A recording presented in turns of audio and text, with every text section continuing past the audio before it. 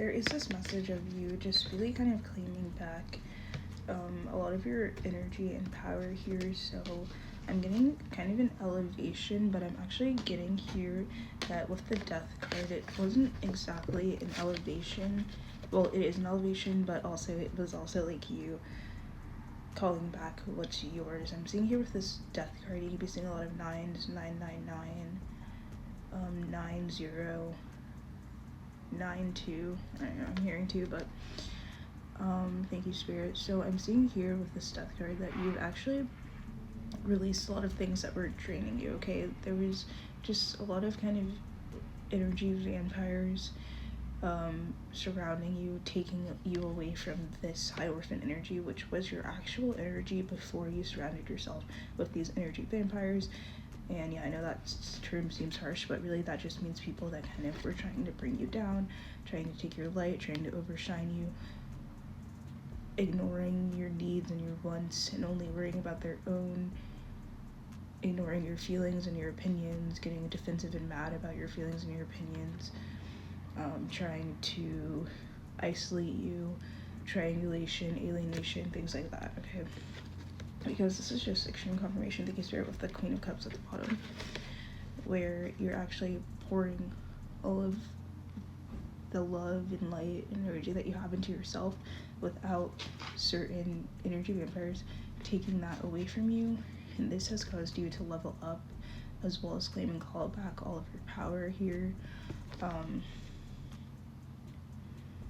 Yeah, I feel like Spirit is like kind of being funny, like my spirit guides are being kind of funny, like they're like, you know, like I don't know why this collective, if this resonates for you, take it, was even around these energies, okay? So I'm getting that you were around people. For a lot of you guys, it's like actually a group of people that you were around that really just didn't resonate with you, okay? So you are someone that has a lot of naturally like kind of loving energy and light, and it definitely triggers a lot of people's darker sides. So like I'm getting that you were around like groups of people or a person that maybe their personality and the way of their going about life is like kind of is bullying people. This group is like bullying people, bringing other people down. They think it's funny, like they're still in that high school mentality where they think like bullying is funny. And for you, you didn't like that kind of like toxic energy. I'm getting specifically an energy that like to bully or bring others down to lift themselves up. You aren't someone that does that, even though you may not be the most confident person in the world all the time.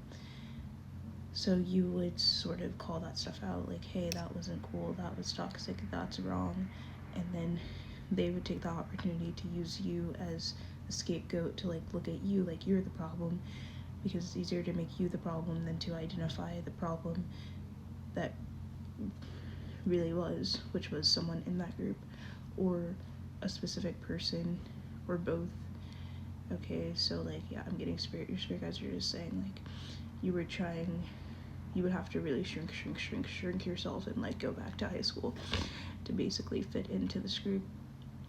And we're just saying that you're actually kind of gonna have a realization about that as to like, why was I holding on to this so tightly? Why did I allow them to make me feel rejected? Why was I holding on to this? Because I'm seeing that you're actually got out of a really rough situation. Okay, now that they don't have you to bully or bring down because you were a really easy target because you came with this loving energy, they looked at that like it was funny, like it was stupid, like this person hasn't experienced life.